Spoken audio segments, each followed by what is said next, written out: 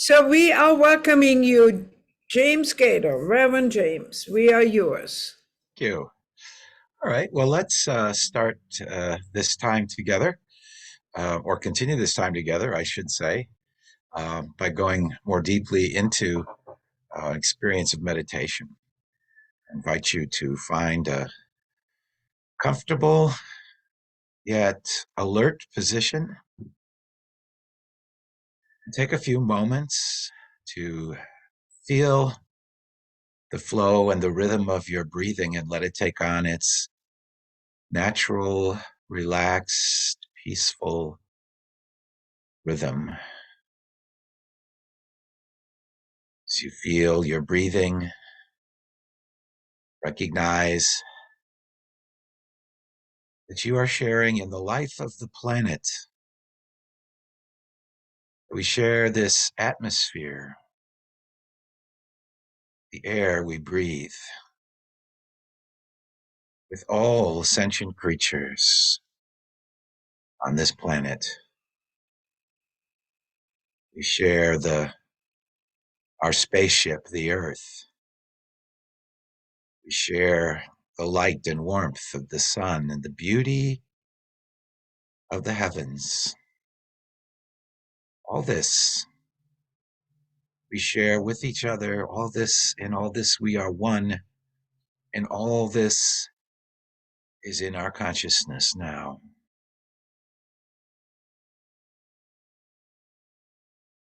Right now, in the present, we are open and receptive to the divine presence. This presence within us, all around us, at all times. Or perhaps we should say, this presence is with us in the eternal now. So as we feel our breath and we are aware of our oneness with the universe and oneness with each other, let us feel that divine energy of the presence in our bodies. The crown of your head to the soles of your feet, there flows this divine life, this divine energy of spirit, very presence of spirit, here and now. The realm of God is within us, as Jesus taught, in every part of us, in every organ, in every cell, in every atom of this body is the presence, the intelligence, the divine order, the one presence and one power, God the good. The crown of your head to the soles of your feet is the divine energy and light and divine love of that one everywhere present, all-knowing, all-power being. We are expressions of that one. We are individualizations of that one. And so we share in the love, the wisdom, the light, the joy, the bliss, divine being. We need only open our hearts and our minds, our receptivity to this presence, which is really not merely in us, but is expressing as us and through us right now and always. We may sometimes forget this innate divinity, but now we remember. Now we let go of fear and anxiety. Now we let go of all troubles and all strife. Simply allow the divine presence to fill our consciousness that we may experience this reality. God is, I am.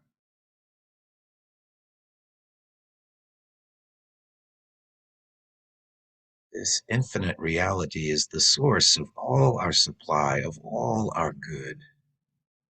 It expresses in us, through us, and as us. So we direct our thoughts to ideas of health, life, and strength, to ideas of abundance, to ideas of understanding and wisdom, to ideas of bliss, of joy.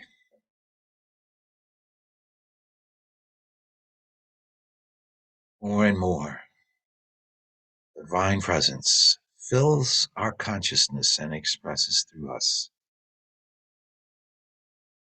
We realize our oneness with others. We know that we can hold them in our consciousness, and in so doing, we share our consciousness of the divine presence with them. Whatever troubles they may be experiencing, we are knowing God is there as the answer, as health, as healing, as supply, and as guidance. So as you think of your loved ones now and hold them in that consciousness of love, hold them also in the consciousness of the divine presence, the same presence you experience as life, light, and love is right there, right now. So we take a few moments to rest in this awareness, to be still and know the I am God. We hold to the truth and allow it to unfold in our consciousness in whatever way is right for us. We rest in the stillness and hold to the truth of the presence in the silence.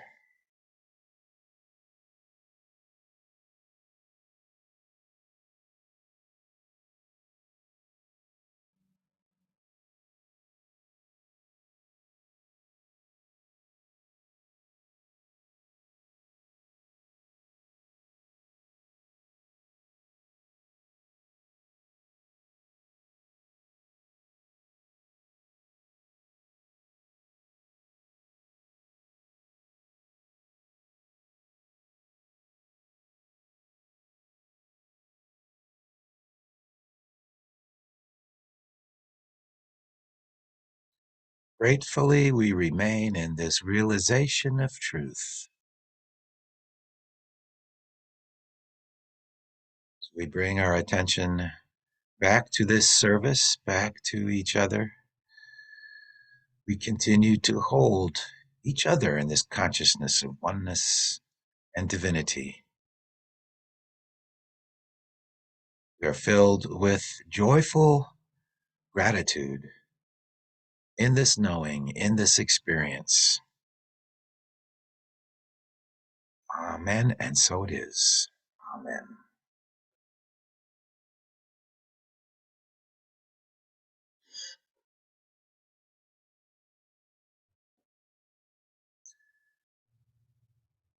So, as Reverend Maya mentioned, we're going to be looking at the five basic principles over the next couple of weeks, starting today with the first two, especially, and a little bit on the third principle. Of course, these principles are, I might say, shared beliefs.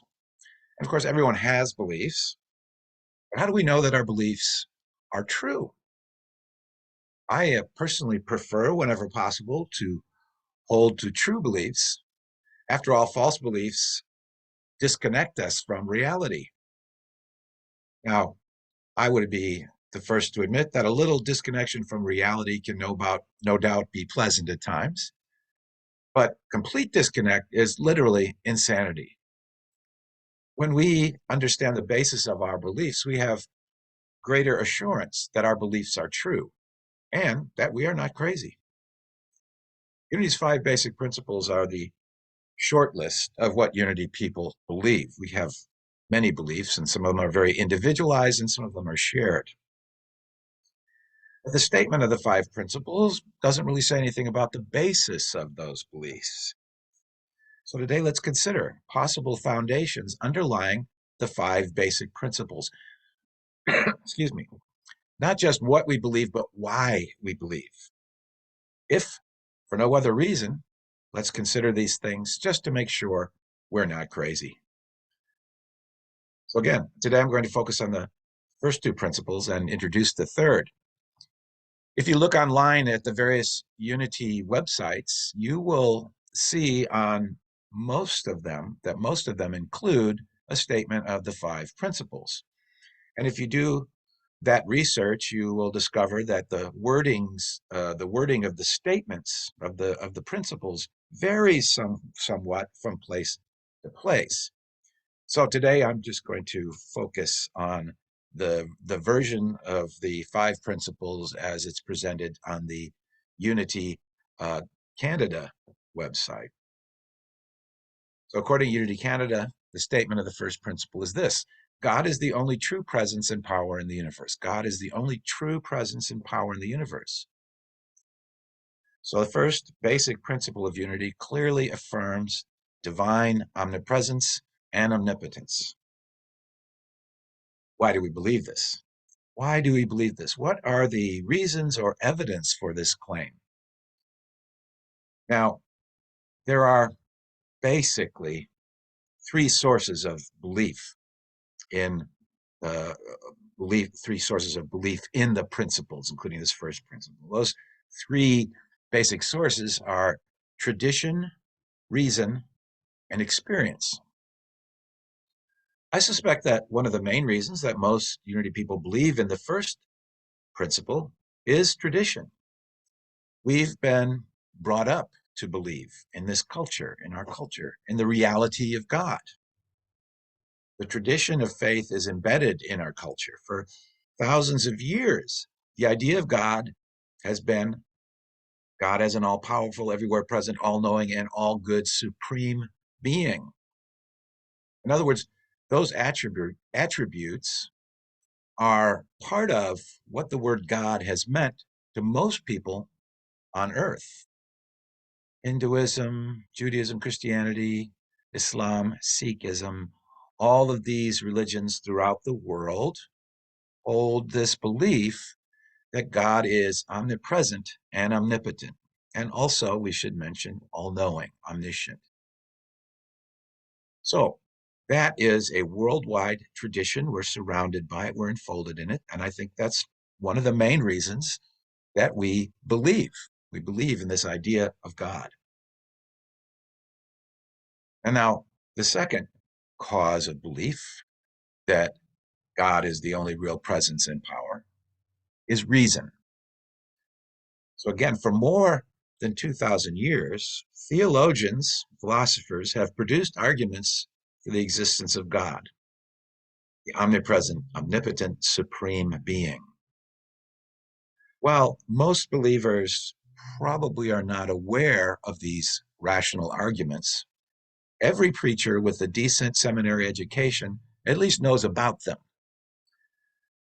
They just don't necessarily talk about them on Sundays, like I'm going to for a few moments. The basic arguments are known as the first cause argument, the unmoved mover argument, the teleological argument, the ontological argument, and the intelligent design argument. Now, let's look at these just briefly and see what they are. The first cause argument is basically that everything has a cause, but at some point there must be in the chain of causes a self-existent first cause. And this argument, and of course that first cause would be God, right? Well, this seems logical until you consider that the first premise of the argument is contradicted by the second premise, because the second premise basically claims that there is something uncaused, an uncaused cause. So it contradicts the first premise that everything has a cause. Also, even if something must be a self-existent cause, it could just as logically be the physical universe itself. Now, that's a matter of logic.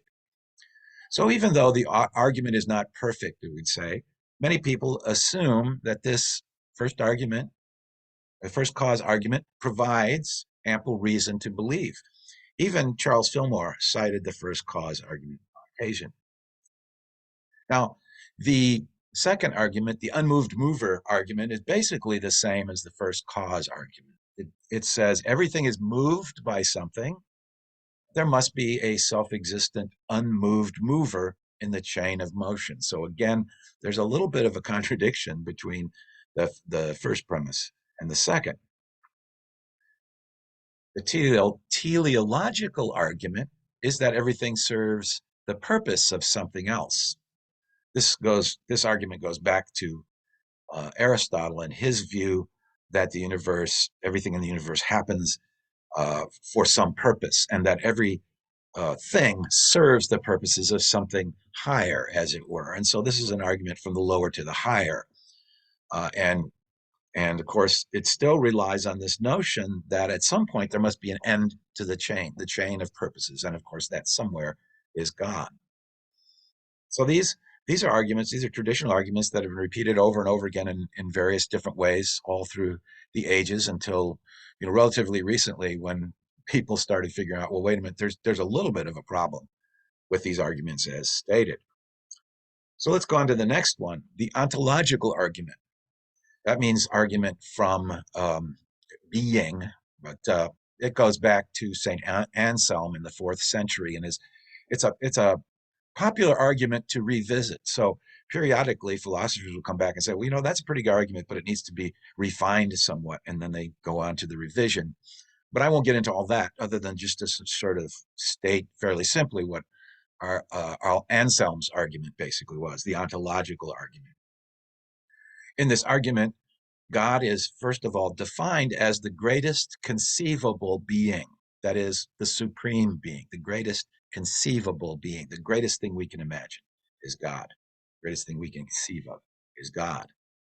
Now, the argument goes on to say a supreme being that exists is obviously a greater concept than a supreme being that doesn't exist. And therefore, existence is a necessary attribute of God, that God, in effect, God exists by definition. Existence is part of what is meant by that word. Now, as with most arguments, philosophical arguments, there can be objections raised. The questionable aspect of the ontological argument is the claim that necessary existence can be an attribute of anything. The point here is that factually something either exists or it doesn't. It can't be existent as a matter of definition. So the argument is sophisticated and subtle, but it's also problematic, which is why some philosophers have thought this is a good argument, and others have thought, well, maybe not as good as you think it is. But anyway, that's another argument. And then there's the intelligent design argument, and that really amounts to this. And you've probably seen versions of this intelligent design argument in one place or another. The basic argument is that the universe is too complex and improbable to have been a mere physical accident. So it's more probable that there was an intelligent designer than it is that it was a mere accident. Okay, and so this kind of argument involves a lot of mathematics of probability and that sort of thing, and then drawing the inference that the universe is too improbable to exist the way that it does without having first had some sort of intelligent designer behind the whole thing. Now, the intelligent design theory draws a lot on science, but it's not really a conclusion from using the scientific method. It's an inference from probabilities. And it's a little bit like arguing that it's highly improbable that a given person will win the Powerball, and therefore no one will ever win the Powerball. So in other words, just because something is unlikely or improbable doesn't mean that it could never happen. So those are the basic arguments that have been used for belief in God, to show that belief in God, in effect, is rational. I suspect that ultimately the most compelling basis for faith in God is neither tradition nor reason, but experience. I think it's experience that gives us the strongest faith, if you will, in God, the strongest belief, the greatest reason to believe. Myrtle and Charles Fillmore seem to have believed in their principles, partly, again, from tradition, and certainly partly from reasoning. We find reasoning in their writings. But I suspect they believed primarily from their experience, from their experiences. Myrtle's faith and affirmations of what she took to be true resulted in an experience of healing, an experience of healing for herself and experiences of healing for others.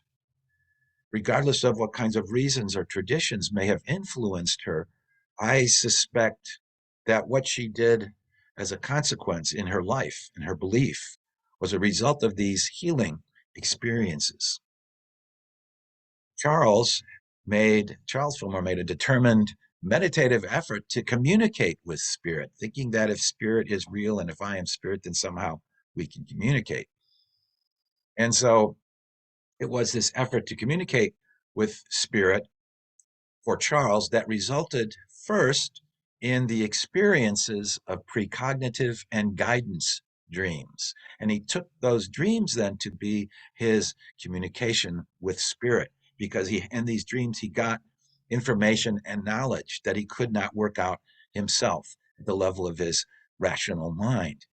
He felt that this search, this hunger, this quest, this work to know spirit is what led to these experiences of precognitive and guidance dreams.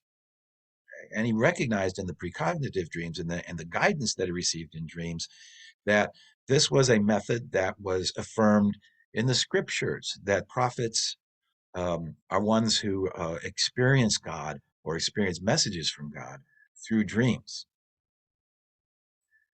And then, having experienced this communication with spirit as he understood it, Charles also began to experience healing for himself and became involved in that healing work that began first with Myrtle. And then this experience of the divine continued in very practical ways. In addition to the healings, there was a rising level for unity for the Fillmores, a rising level of success and prosperity. And of course, they found that others were having the same kinds of experiences using these truths, using these methods of prayer and following these principles.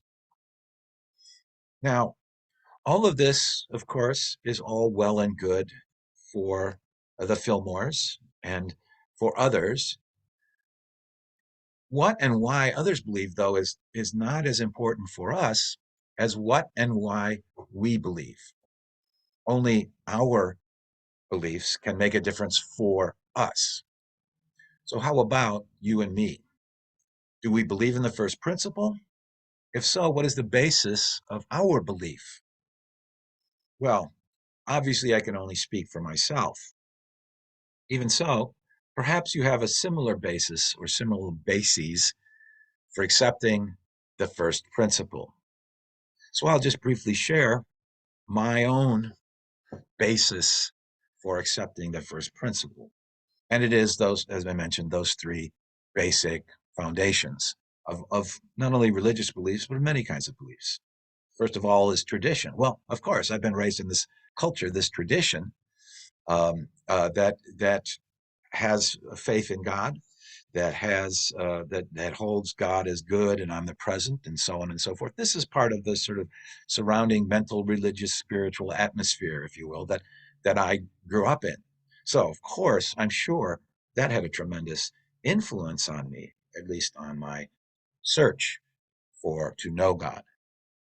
So, the second aspect is for me also is reason, even though I recognize that the traditional arguments for the existence and nature of God are somewhat flawed, are not, and we say they're not irrefutable arguments.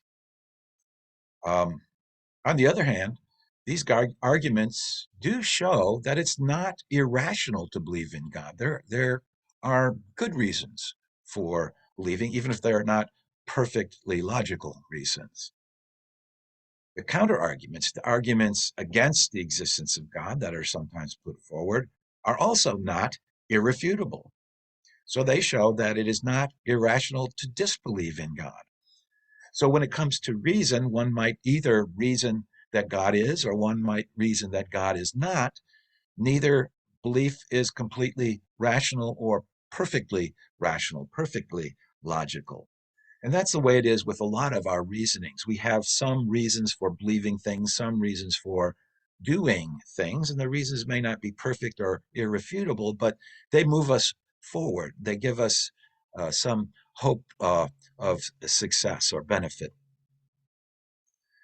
Personally, as I said, even though I see flaws on those arguments, I am more persuaded by the traditions of idealist metaphysics and mysticism than I am by these more traditional arguments that you'll find in theological writings. The tradition of idealist metaphysics began with Pythagoras and Socrates. There's also an Eastern strand of idealist metaphysics, and that perspective of idealist metaphysics continues to this day. Unity is part of that tradition. Um, as a matter of sort of an interesting strangeness, at least to me, is that there are fewer idealist philosophers now than there had been in the past, those who hold to the idealist metaphysics. But there are more physicists who hold to idealist philosophy. So it's sort of an interesting thing that to some degree philosophy has become more materialistic and science has become more idealistic. So the idealist metaphysics, in case that you're not familiar with it being stated that way, that tradition basically makes the case that mind is the foundation of reality. Mind, not matter, is the foundation of reality. And so these various arguments that have been put forward, throughout the history of philosophy and theology in the West, and also that shows up again somewhat in the Eastern traditions, this idealist tradition just basically makes that case. Mind is the foundation of reality, and if that is so, then as I conclude that God is mind, that mind is the ultimate reality. God is an infinite, omnipresent mind that we participate in. That's basically the way the idealist metaphysics goes. And those kinds of arguments, although much more complex than the simpler traditional arguments, much more complex, nevertheless to me are more convincing. Um, so, in addition to the reasoning of these idealist philosophical traditions in the East and West, I'm also uh, moved to belief by the study of mysticism. Mystics around the world, the different religious traditions throughout the ages, claim to have temporarily experienced union with ultimate reality, with this divine. And there's substantial testimony, substantial experiential evidence, if you will, for the reality of divine omnipresence. So those are reasons, I guess you could say, that I believe. But for me, ultimately, what's most compelling in holding to the first principle is that I've applied what I've learned in unity. I've applied it for nearly a half a century, not to date myself or anything. I've experienced in this process, I've experienced greater joy, certainly, but also healings. I've had precognitive and guidance dreams, perhaps not as consequential as those of Charles Fillmore, but certainly meaningful for me. I've experienced increased supply when needed through the application of these teachings. So those experiences and others uh, give me what Whitman described, I guess the one I want to quote, Walt Whitman described as the peace and knowledge that pass all the argument of the earth. But ultimately, again, the point is experience for me is the most compelling basis for my belief in the first principle of unity, that God is the only real presence and power in the universe. So even though one of the things that I note about this, we have this belief in the omnipresence, and all the theistic religions, as I mentioned, Christianity, Judaism, so on, Islam, all of them also affirm God is omnipresent, divine omnipresence. But I think they tend to miss the logical implications of that idea. They sometimes miss that. They might talk as if God is somewhere else and needs to be beckoned to attend to our needs.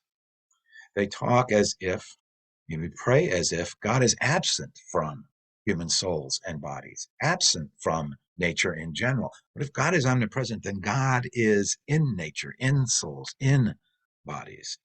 They talk as if God is a separate, distinct person, somewhere in a way vaguely outside of nature. But if God is absent from nature or any soul or body or situation, then God is not really omnipresent. That's illogical. So it seems to me that the traditional theistic religions do not fully understand the implications of omnipresence, even though they affirm it. So in unity and in the mystical traditions in general,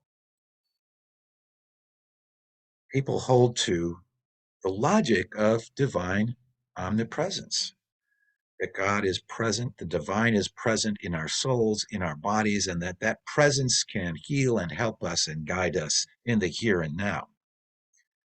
I love the way that Emerson expressed this idea of omnipresence. He wrote, "The true doctrine of omnipresence is that God reappears with all his parts in every moss and cobweb." A lot of times we emphasize the idea of the divinity in humanity, but the true meaning of omnipresence is that the divinity is in everything, as Emerson put it, in every moss and cobweb, in every atom, if you will, in every quark. Now, since God, the divine mind and infinite spirit, is everywhere present, then the second principle of unity follows logically from the first. We are individualized expressions of God. Our divine potential and spiritual essence are called the Christ. This is the way the second principle is stated on the Unity Canada website. Again, there's variations on it, but the meaning's fundamentally the same. So I'll repeat it again. We are individualized expressions of God. Our divine potential and spiritual essence are called the Christ. I'll come back to this idea of the Christ in a bit. But first, what does it mean to be an individualized expressions of God? It means that our minds are, again, quoting Emerson, our minds are part and parcel of God. Our being is part and parcel of God. So maybe you've not thought of yourself as a God package, a God parcel, as Emerson put it. But that's an implication of omnipresence. You can't be a parcel or a package of anything else but God. Now, when we reflect on experience, I think it becomes clear that our bodies exist in our minds. Our bodies, as we experience them, are ideas in our minds. Our environment, even, is in our minds. In a very real sense, the universe as a whole is in our minds. We perceive it from an individual and particular perspective, but we do perceive the universe as a whole in our minds. It includes our bodies and everything that we see, everything we hear, taste, touch, smell, and think. God mind is in our minds and contains our minds. We are in omnipresence, and omnipresence is in us. Now, in knowing this, in reflecting on this idea of being an individual expression, individualized expression, individualization of God, it's important to remember that the conscious field of mind, our sensations, the flow of our sensations, thoughts, feelings in any given moment, our conscious field of mind is only a small part of our minds. At a deeper level, our subconscious contains everything we've ever experienced.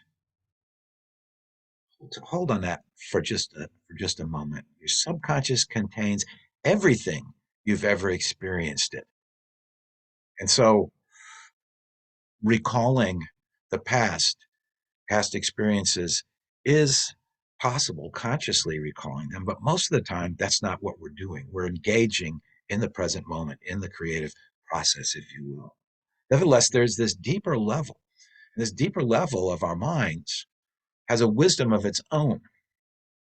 It imparts to the conscious phase of mind. It's this divine wisdom through dreams and through even flashes of inspiration in a present moment. So we have this vast well of information and knowledge and creativity at the subconscious level that we're only occasionally or partially aware of. But that's also part of what it means to be an individualization of this infinite, all knowing, everywhere present mind. And there is yet another level, deeper than our personal subconscious, which we may call the collective unconscious of humanity. And in this collective unconscious, our at least according to the psychology of Jung, in this collective unconscious, are archetypal ideas. And these archetypal ideas imprint themselves on us, on the stories we tell, on our psyches, and also this at this level we are linked to all minds, all individual minds in humanity. There's one collective unconscious, and then each individual conscious mind has with it the subconscious mind. And these are not separated, but they are various levels of the same thing, of the one mind.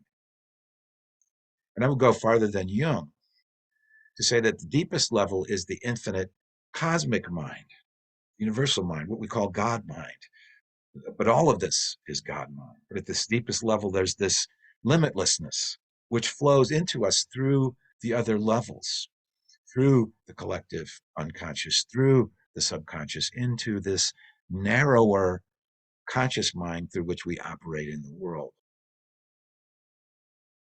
And so we may have, through meditation, mystical insights that direct and draw our attention back to this ultimate source, and experience what the mystics called this divine union that reveals the indescribable breadth and depth of reality and the perfect unity, love, beauty, and bliss that is at the heart of things, the divine oneness.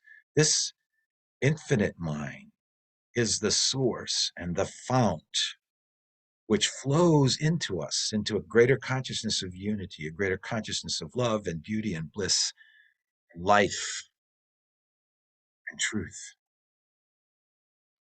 Of course, calling our divine potential and spiritual essence the Christ is not a matter of logic. That's part of the second principle. We call it the Christ, but that's not a matter of logic.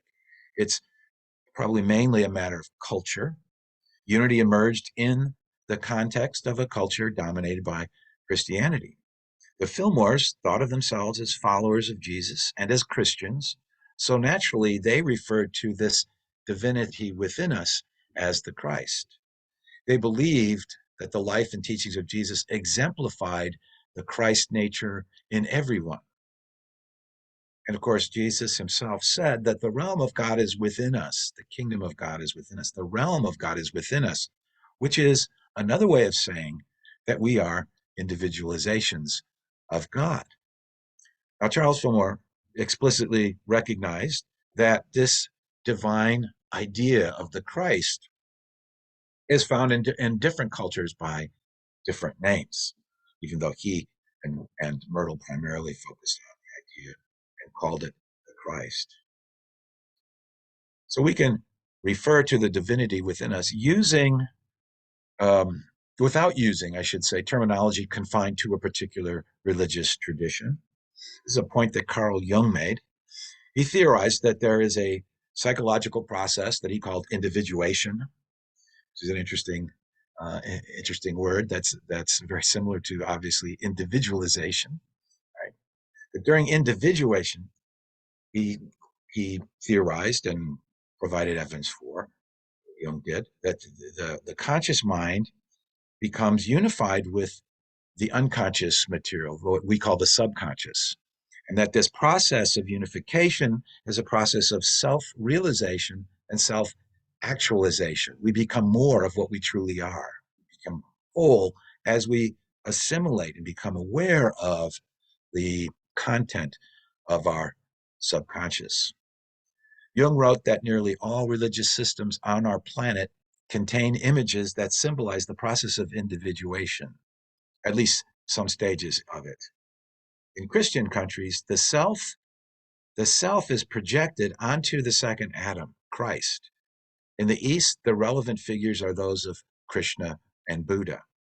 Jung's point here is that what the self is, the sort of end product, if you will, of individuation, is is in our daily lives projected onto uh, religious figures. So what our self is projected onto the Christ without necessarily realizing that the Christ is the nature of our self.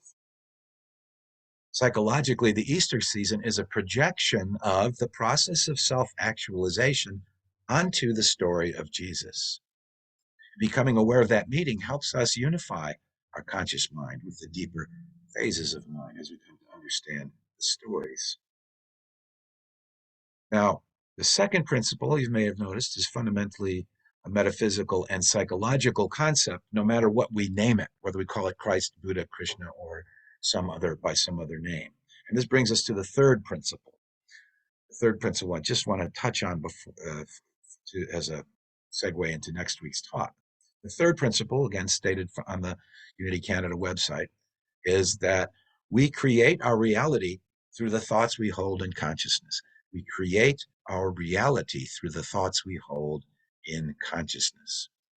Now, does this follow logically from the first two principles? Or are there other reasons to affirm this? How do we create our reality through the thoughts we hold in consciousness?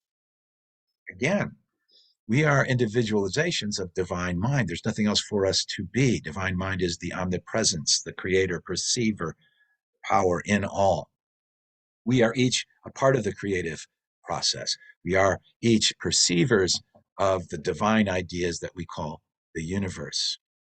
We perceive the ideas to which we direct our attention. And what we perceive is what we experience. In that sense, our thoughts create our experience. Where we direct our attention creates our experience. Now, in stating this third principle, I personally prefer the word experience to the word reality in this particular context, because the wording, we create our reality, suggests that each person has their own personal reality and that there is no universal reality, no universal truth. So, for many reasons that I won't go into, I reject the relativistic characterization of reality and truth as if reality is a matter of personal experience. Rather, our experience of reality is a reflection of our thinking. Our experience of reality is a reflection of our thinking. And so we create our experience, but we don't create reality. Reality just is. So, in my mind, the goal ought to be to understand truth and direct our thoughts in harmony with that truth. And especially the first unity principle, which expresses, I think, an ultimate truth of reality when we come to understand that principle, that God is the only true presence and power in the universe. Now, there's a lot packed into that. Right? And many of the statements that you'll find, the statements of the first principle you'll find on other websites, include the phrase, God the good. I think that word, the use of the word good, is very helpful there. In order to contemplate the nature of God, part of what we need to contemplate is the nature of the good, the divine attributes, joy, love, wisdom, the 12 powers in the unity context. right? These divine attributes, as we contemplate them and incorporate them into our consciousness, as we focus on them, we more fully realize that we are individualizations of God. And we more fully realize the truth that we can co-create our experience of reality and make it good. So next week, we'll focus on Unity Principles 4 and 5, which express in very basic terms how we can co-create our experience of the reality with God. How we can do that's the how-to part. So until then, so we get to that, I'm sure you know lots of how-tos anyway, but until then, you might find it beneficial to think about why you believe there's only one presence and one power, God, the good. What are the experiences and the reasons behind your belief? And you might think about why you believe that you are an individualization of God, a Christ being, because that's an extremely powerful idea of what you are and what you can become. And remember, you are creating your experience thought by thought. Let your thoughts dwell then on the truth, the omnipotence, omniscience, omnipresence of God the good. Open your mind to experience the reality of the absolute good. Because remember, as Emerson said, you are part and parcel of God.